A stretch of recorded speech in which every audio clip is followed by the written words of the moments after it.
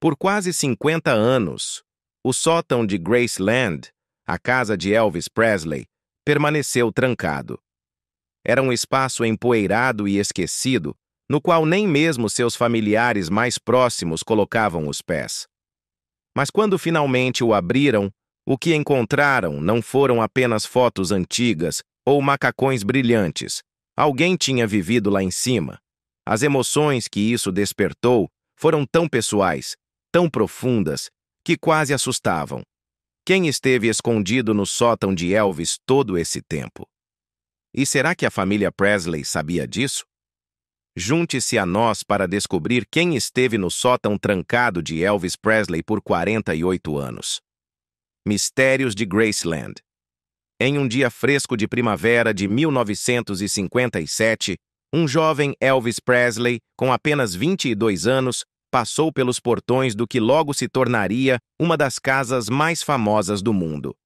A grande Casa Branca, nos arredores de Memphis, custou $12.500 na época, quase $1 milhão em valores atuais. Ele não mudou o nome. Gostava exatamente como era, Graceland. No começo era apenas um lar, mas rapidamente, Graceland se tornou parte do próprio Elvis. O terreno se estendia por quase 14 acres. Havia celeiros, estábulos e cavalos circulando pelos campos. O lugar era cheio de vida. Um dos moradores mais inusitados era um chimpanzé chamado Scatter. Elvis o vestia com roupas pequenas e o levava para festas. Scatter sempre aprontava, levantando saias de mulheres ou roubando bebidas das mãos das pessoas. Os funcionários diziam que Scatter era como o lado selvagem de Elvis, aquele que ele não mostrava em público. Em 1964, enquanto os Beatles conquistavam a América, Elvis criou um espaço de paz só para ele, o Jardim da Meditação. Havia flores, fontes e colunas brancas sob o céu do Tennessee. Ele ia até lá para sentar, refletir e fugir do barulho. Não era nada parecido com o seu personagem agitado dos palcos. Esse era o Elvis que quase ninguém conhecia, calmo, silencioso, pensativo. Enquanto o jardim mostrava seu lado sereno, outras partes de Graceland eram mais ousadas e extravagantes. Um dos cômodos, chamado de Sala da Selva, tinha carpete verde no chão e até nas paredes. Os móveis pareciam saídos de uma ilha distante. No porão, havia uma sala de TV onde ele podia assistir a 3 programas ao mesmo tempo, algo impressionante nos anos 60. No prédio de squash, havia um piano onde Elvis tocou suas últimas músicas, poucas horas antes de morrer. Mas tudo mudou no dia 16 de agosto de 1977. Esse foi o dia em que Elvis Presley morreu em seu banheiro no andar de cima. A partir daquele momento, Graceland deixou de ser apenas um lar. Tornou-se um santuário, um mistério e um momento congelado no tempo. Nos dias seguintes, quase 100 mil fãs foram a Memphis. Encheram as ruas, choraram do lado de fora dos portões e esperaram para dar adeus. Dentro da mansão, Elvis estava deitado em um terno branco e camisa azul. Quem o viu daquela forma nunca se esqueceu.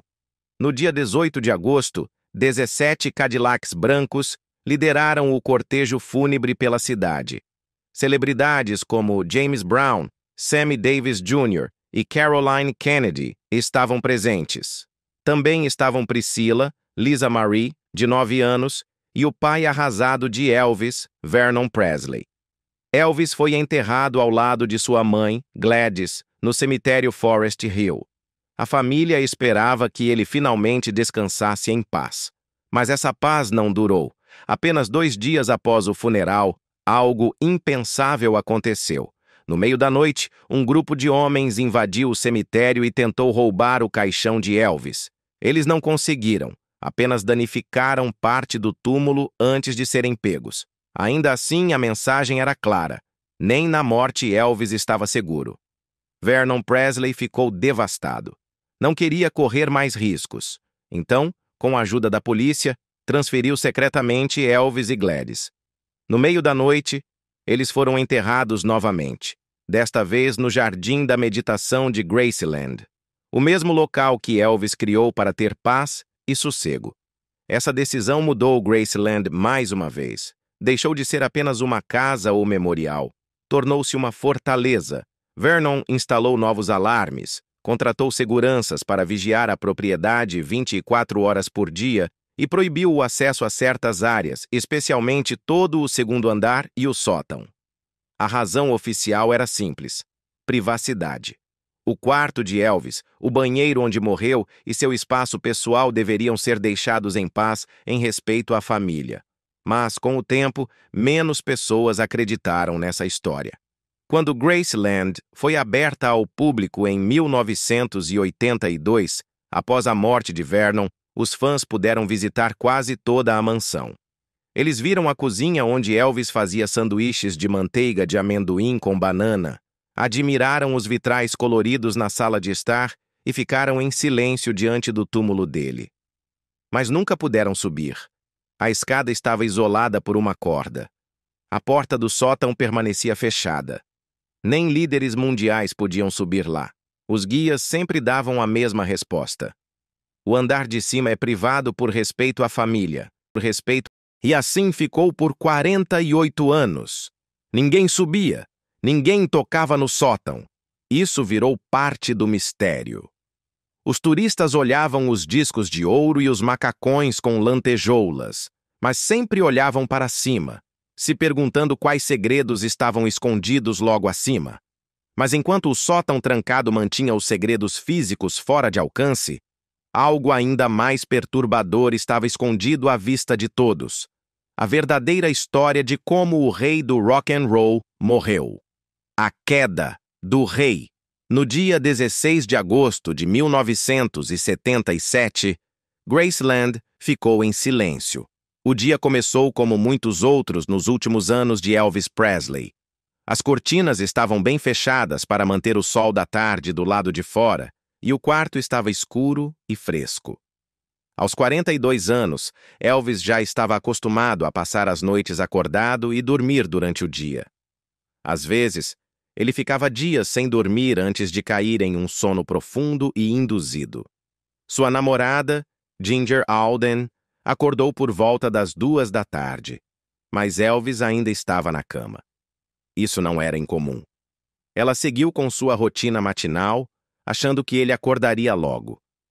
Mas no meio da tarde, algo parecia estranho. A casa estava silenciosa demais. Por volta das 2:30, Ginger bateu na porta do banheiro, sem resposta. Ela empurrou a porta e encontrou Elvis caído no chão. A calça do pijama estava abaixada até os tornozelos. O rosto dele estava azul. Ela gritou por ajuda. Joe Esposito, empresário e amigo próximo de Elvis, correu escada acima. Começou a fazer RCP imediatamente, enquanto outra pessoa chamava uma ambulância. Os paramédicos chegaram em poucos minutos. Tentaram reanimá-lo enquanto corriam para o Baptist Memorial Hospital, com as sirenes ecoando pelas ruas quentes de Memphis. Os médicos fizeram tudo o que puderam, mas às 3:30 da tarde, Elvis Presley foi declarado morto. A notícia foi um choque. Estações de rádio interromperam a programação. Fãs choraram desesperadamente. Como o rei podia morrer assim, com apenas 42 anos? Naquela mesma noite, o doutor Jerry Francisco, o legista responsável, falou com a imprensa. Ele deu uma resposta curta e direta. Elvis morreu de arritmia cardíaca. Seu coração simplesmente parou de bater. Causa natural, disse ele. Fim da história. Mas algo parecia errado. Mesmo em 1977, as pessoas notavam que Elvis havia mudado muito. O astro magro e cheio de energia havia ganhado muito peso, chegando a quase 120 quilos. Seus shows variavam. Esquecia letras, falava demais entre as músicas e às vezes mal conseguia ficar em pé sem ajuda. Nos bastidores, a verdade médica era mais sombria. A autópsia mostrou sinais de anos de uso prejudicial de substâncias, um coração aumentado, um fígado inchado e danos no corpo compatíveis com o uso prolongado de medicamentos. O laudo toxicológico, divulgado depois, revelou o que o Dr. Francisco não mencionou. O sangue de Elvis continha altos níveis de medicamentos potentes como dilaudide, Quaaludes, Percodan, Demerol e codeína, só para citar alguns. Então, por que o doutor Francisco mentiu? Alguns achavam que ele queria proteger o nome de Elvis e poupar mais dor à família. Outros acreditavam que era algo maior, um encobrimento para proteger não só Elvis, mas também os médicos que continuaram receitando substâncias a ele. É aí que entra o doutor, George Nichopoulos. A maioria o conhecia como Doutora Nick. Ele foi o médico pessoal de Elvis desde 1967. Só nos últimos 8 meses de vida de Elvis, entre janeiro e agosto de 1977, Dr. Nick escreveu receitas para mais de 10.000 comprimidos, incluindo sedativos, estimulantes e analgésicos. O ano anterior também foi alarmante. Quase 19.000 comprimidos em 1976. Quando investigaram mais a fundo, descobriram que, nos 8 meses antes da morte de Elvis, ele recebeu 195 receitas, praticamente uma a cada dia e meio. Dr. Nick sempre tinha uma explicação. Dizia que Elvis sofria de problemas de saúde reais, dor crônica por uma lesão na cabeça no exército, glaucoma grave e uma condição intestinal dolorosa chamada enterite regional. Dizia que os remédios eram necessários para tratar esses males. Mas a desculpa mais surpreendente veio depois.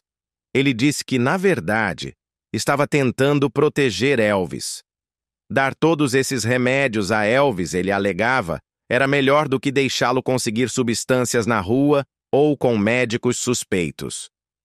Se eu não tivesse dado a ele, ele teria conseguido de outro lugar, disse o doutor Nick aos conselhos médicos.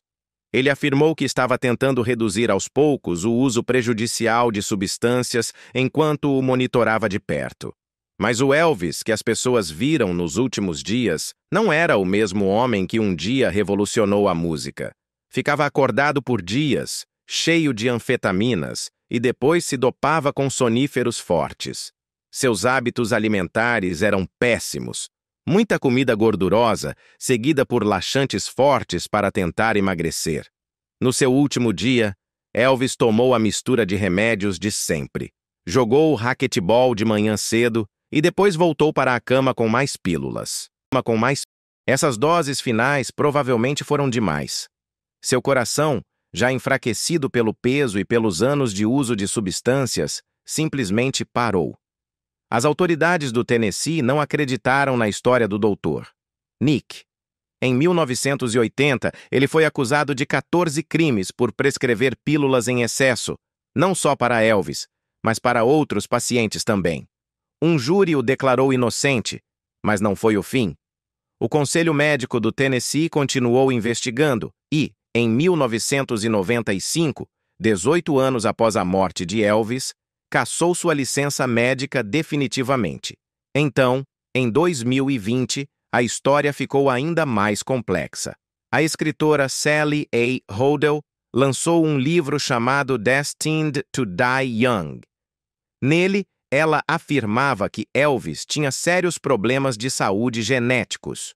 De acordo com sua pesquisa, Elvis sofria de deficiência de alfa-1 antitripsina, um distúrbio que afeta os pulmões e o fígado. Ela também sugeria que ele provavelmente tinha um sistema imunológico fraco, o que poderia explicar por que adoecia com frequência e tomava tantos medicamentos. Se ela estiver certa, então talvez Elvis não fosse apenas um dependente químico. Talvez estivesse realmente doente, tentando tratar condições que os médicos da época não compreendiam bem. Suas idas ao hospital talvez não fossem apenas por remédios, mas emergências reais. Com a causa da morte de Elvis ainda envolta em dúvidas e com seu médico perdendo a licença no fim, fica a pergunta: alguém tentou esconder a verdade para sempre? Ou alguém finalmente tentou trazê-la à tona, lutando para manter os segredos enterrados? Na primavera de 2024, uma notícia abalou a enorme base de fãs de Elvis Presley. Uma empresa até então desconhecida chamada Nauceni Investments and Private Lending LLC entrou discretamente com documentos para leiloar Graceland, o ponto turístico mais famoso do rock and roll no mundo.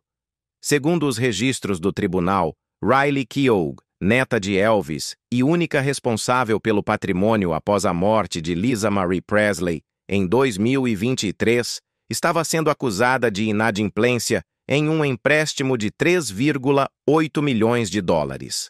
A notícia pegou todos de surpresa. Mesmo os fãs mais leais, que acompanham cada detalhe da vida e legado de Elvis, foram pegos desprevenidos. Páginas de fãs e fóruns foram inundados com pânico e confusão. Os advogados de Riley Keough agiram rápido. Correram ao tribunal do condado de Shelby, Tennessee, e entraram com um pedido de emergência para suspender o leilão. A alegação foi grave. Tudo era falso. Segundo os documentos apresentados, Riley nunca assinou nada com a Nauceni Investments. As assinaturas pareciam forjadas, como se alguém tivesse falsificado seu nome para tomar posse de Graceland. Mas o tempo estava se esgotando. A data do leilão já estava marcada. Se a equipe de Riley não conseguisse uma decisão judicial rapidamente, Graceland seria vendida em poucos dias.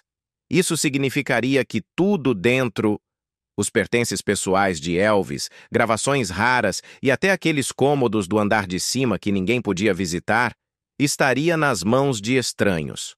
Então, apenas um dia antes do leilão acontecer, um juiz do Tennessee deu sua decisão. Ele suspendeu imediatamente a venda. Chamou Graceland de um patrimônio cultural único e afirmou que sua perda causaria um grande prejuízo ao público. E o mais revelador, ninguém da Nauceni Investments compareceu à audiência. Os advogados de Riley estavam lá, mas a empresa tentando vender Graceland não apareceu. Assim, a decisão do juiz foi aprovada sem oposição. Graceland permaneceu nas mãos da família Presley. Essa não foi a primeira vez que Graceland atraiu atenção de forma tão misteriosa. Desde a morte de Elvis em 1977, a casa virou o centro de uma das teorias mais bizarras da história das celebridades, a de que Elvis Presley nunca morreu de verdade. A primeira suposta aparição de Elvis aconteceu apenas algumas horas após o anúncio de sua morte. Um homem muito parecido com ele, que se identificou como John Burroughs, um nome que Elvis usava quando viajava, supostamente comprou uma passagem só de ida para Buenos Aires no aeroporto de Memphis. A testemunha disse que era uma versão mais robusta de Elvis, vestindo um terno branco e óculos escuros, mesmo sendo tarde da noite.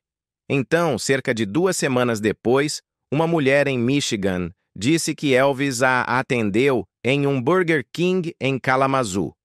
Ela afirmou que soube na hora que era ele. Assim que ele perguntou se ela queria queijo extra, a voz era inconfundível.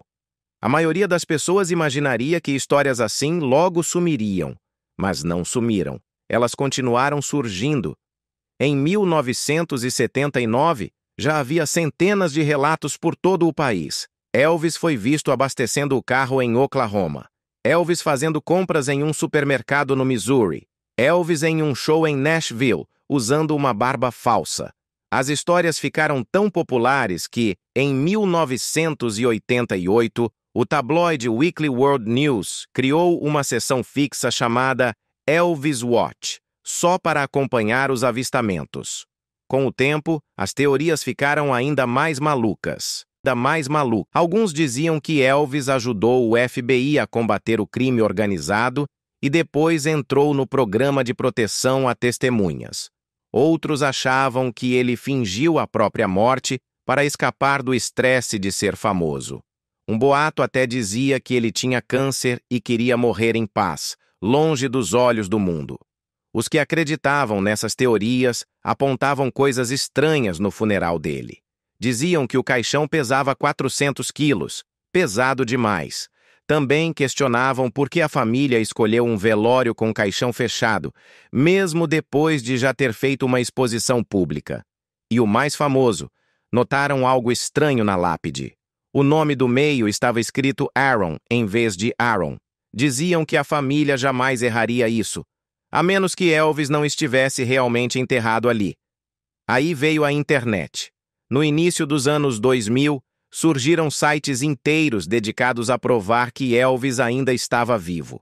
Vídeos no YouTube tentavam comparar a voz dele com a de um pastor chamado Bob Joyce, alguém cujo canto soava assustadoramente parecido com o do rei. Mesmo agora, em 2025, quase 50 anos depois, ainda existem grupos online discutindo onde Elvis pode estar. Alguns acham que ele vive em uma cidade tranquila com outro nome. Outros acreditam que ele ainda visita Graceland de vez em quando, disfarçado para que ninguém o reconheça. Para a família Presley, essas teorias sempre foram complicadas. Se eles respondessem demais, pareciam estar escondendo algo. Se não dissessem nada, os boatos ficavam ainda mais loucos. Mas todas essas histórias escondem algo muito mais sério. Elvis não precisava ter morrido quando morreu. A morte dele poderia ter sido evitada se as pessoas ao seu redor tivessem se importado mais com a saúde dele do que com o dinheiro. Mas as histórias malucas de que ele ainda está vivo acabaram tirando a culpa dessas pessoas. Depois que o leilão foi interrompido, Riley tomou uma atitude ousada. Riley Keough finalmente fez o que ninguém da sua família havia feito. Permitiu que o sótão proibido fosse aberto. O que estava escondido lá em cima por quase 50 anos? O sótão desbloqueado. Numa manhã fria de janeiro de 2025, um pequeno grupo de arquivistas usando luvas brancas subiu as escadas estreitas que levavam ao sótão de Graceland. Seus passos ecoavam no espaço vazio. Ninguém pisava ali desde agosto de 1977.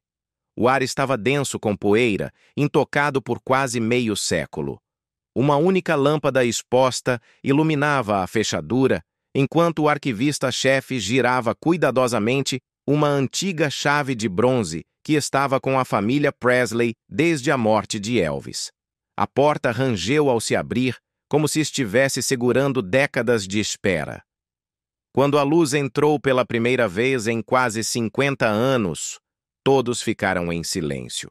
Não era apenas um velho depósito empoeirado. Parecia uma cápsula do tempo cuidadosamente preservada. Elvis, ou alguém muito próximo a ele, havia organizado o sótão em seções, cada uma contando uma fase diferente da vida dele. O espaço era muito maior do que todos imaginavam, ocupando todo o andar superior da casa, com janelas do tipo mansarda cobertas por grossas cortinas escuras. Ao contrário do restante de Graceland, conhecido pelo estilo ousado e chamativo, o sótão era simples. Tinha paredes de madeira sem pintura e piso cru. O ambiente estava estranhamente fresco, graças a um pequeno ar-condicionado que ainda funcionava. A equipe de manutenção de Graceland o manteve ligado todos esses anos sem nunca entrar. Ao longo de uma das paredes havia dezenas de caixas, cada uma com etiquetas escritas à mão por Elvis. As etiquetas diziam: Tupelo 1945, primeiras gravações, dias no exército, Hollywood, especial de retorno e Vegas. Parecia que ele havia criado uma linha do tempo pessoal da própria vida. Mas o que mais chamou a atenção foi uma caixa marcada simplesmente como Depois, datada de 1977, o ano da sua morte. Os arquivistas começaram seu trabalho minucioso. Tiraram fotos de cada item antes de tocar em qualquer coisa. Cada caixa recebeu um número e tudo foi cuidadosamente catalogado, como em um museu. Levaria meses para analisar tudo, mas alguns objetos chamaram a atenção imediatamente. Na seção Tupelo, encontraram um velho ursinho de pelúcia. Estava faltando um olho e tinha vários remendos. Não era uma lembrança ou um presente de fã. Os registros da família diziam que aquele era o Bear, o brinquedo favorito de Elvis quando ele era criança e crescia na pobreza. Sua mãe, Gladys, havia costurado os remendos usando pedaços das próprias roupas dela. Ainda era possível ver os desbotados desenhos de flores no peito e nos braços do ursinho. Quando o pai de Elvis, Vernon, foi preso em 1938 por emitir cheques sem fundos, deixou Gladys e o pequeno Elvis quase sem dinheiro. Durante aqueles meses difíceis, Bear foi o amigo mais próximo de Elvis. Na seção Dias do Exército, encontraram uma Bíblia que havia sido lida tantas vezes que a lombada estava presa com fita isolante. Não era qualquer Bíblia. Tinha pertencido a Gladys Presley. Ela deu a Bíblia para Elvis quando ele entrou no exército em 1958. Na capa interna, ela havia escrito uma mensagem dizendo para ele manter a fé durante o serviço. Ao longo das páginas, Elvis havia sublinhado versículos e rabiscado notas, perguntas, pensamentos e pequenas orações. Uma das últimas anotações era de agosto de 1977, poucos dias antes dele morrer. Ele marcou o Salmo 23. Uma das descobertas mais emocionantes foi um anuário encadernado em couro da Humes High School em Memphis. Elvis geralmente não assinava os livros dos colegas. Era tímido e frequentemente zoado pelo jeito de se vestir e estilo diferente. Mas esse estava cheio de assinaturas e recados. Os colegas escreveram mensagens encorajadoras para ele.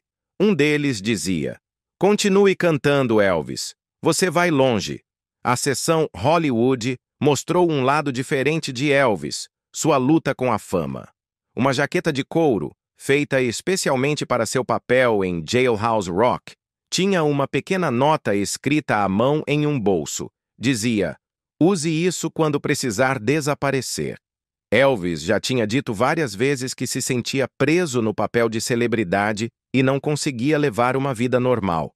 Essa jaqueta parecia algo que ele usava para se misturar, só para escapar um pouco. Ao lado dos itens do filme, havia uma pilha de livros. Não eram o que a maioria esperava do Elvis. Eram sobre crenças orientais, religião e grandes perguntas sobre a vida e o que acontece depois da morte. Muitos tinham sublinhados e notas nas margens. Mostravam um homem procurando respostas profundas, muito além da imagem de cantor gospel que a maioria conhecia. Na seção Vegas, os arquivistas encontraram algo que os paralisou. Um relatório médico de 1974 marcado como confidencial. O conteúdo completo ainda está lacrado até a família revisá-lo. Mas a capa mencionava problemas cardíacos e dizia que Elvis precisava fazer grandes mudanças no estilo de vida. Mesmo assim, ele continuou se apresentando por mais 3 anos depois disso. Lisa Marie Presley sabia o que havia no sótão, mas escolheu respeitar o desejo do pai de manter aquilo privado durante sua vida. Depois que ela faleceu em 2023, Riley Keough decidiu que era hora de documentar, embora não necessariamente compartilhar, o que havia lá dentro. O sótão não escondia um plano de fuga. Guardava o coração de um homem que sabia que seu tempo era curto e cuidou muito de como queria que o mundo o lembrasse.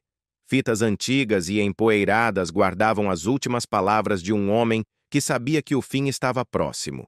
Enquanto os arquivistas ouviam, em silêncio, a voz de Elvis surgiu, trêmula e cheia de emoção. O que mais estaria escondido nos cantos escuros do sótão de Graceland? Cada rachadura na voz dele dizia que ele não estava apenas se apresentando. Ele sentia cada palavra.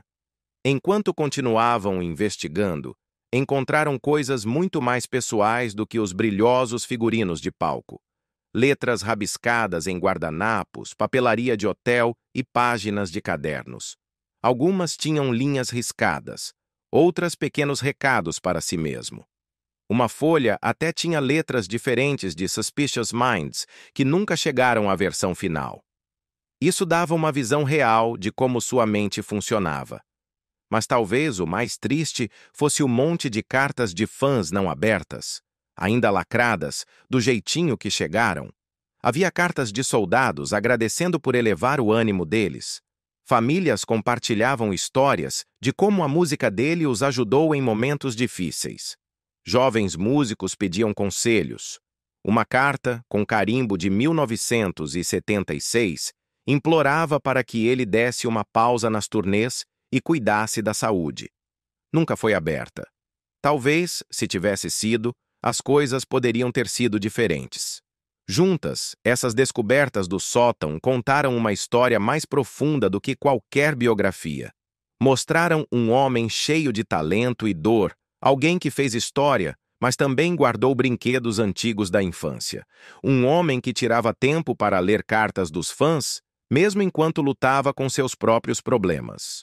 Um homem experimentando músicas ousadas e novas, mesmo com a saúde falhando. Para muitos fãs, essas descobertas trouxeram um sentimento de paz.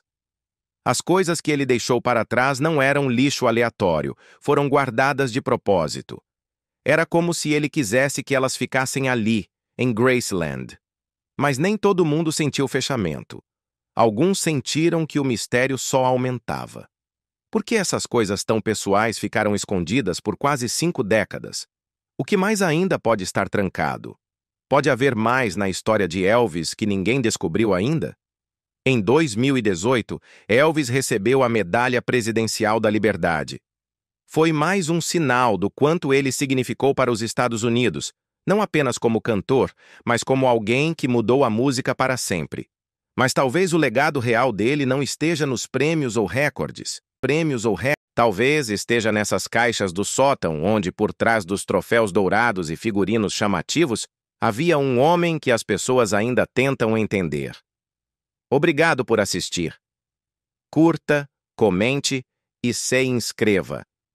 Também confira outro vídeo interessante clicando no vídeo que aparece na sua tela. Até a próxima!